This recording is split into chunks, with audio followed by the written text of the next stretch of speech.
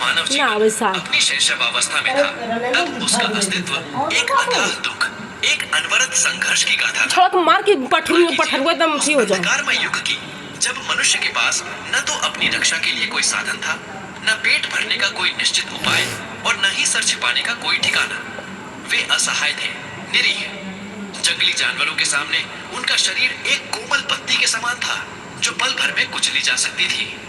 प्रकृति की भीषण मार, कभी सूखा, कभी बाढ़, कभी कड़ाके की सर्दी, कभी जलती धूप, मानव की हड्डियों तक को कंपा देती थी। उनके पास न तो धरती को जोतने का ज्ञान था, न पैरों को काटने का बल और न ही पत्थरों को गढ़ने की कला। वे जंगलों में भटकते फिरते, कच्चे फल और कंदमूल पर जीवन जीते और हर पल मौत के साए में जीते थे। उनके हृदय में एक अटूट भय था, एक अनजाना डर जो हर पल उन्हें घेरे रहता था। भूख की आग, प्यास की तरफ, बीमारी का कष्ट और अपने प्रियजनों को असहाय मरते देखने का अपार दुख, यह सब मिलकर उनके जीवन को एक अंतहीन पीड़ा बना चुका था।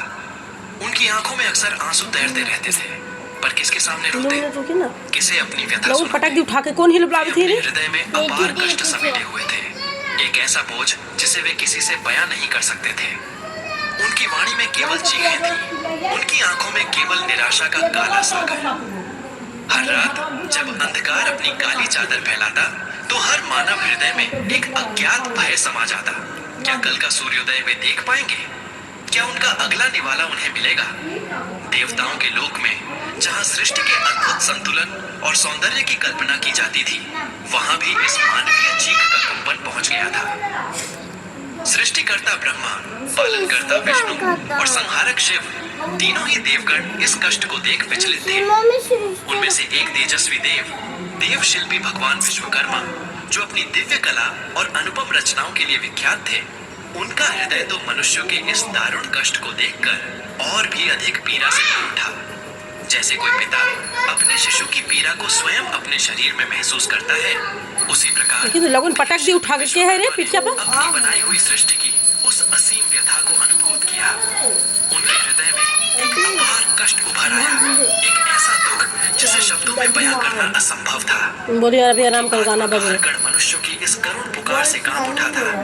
उनके नेत्रों के समक्ष उन भूखे बच्चों के मुरझाए चेहरे, उन लाचार माताओं की ममतामयी आंखों में छाई उदासी और उन डरे हुए पिताओं का मौन दर्द किसी चलचित्र की भांति कौंध रहा था।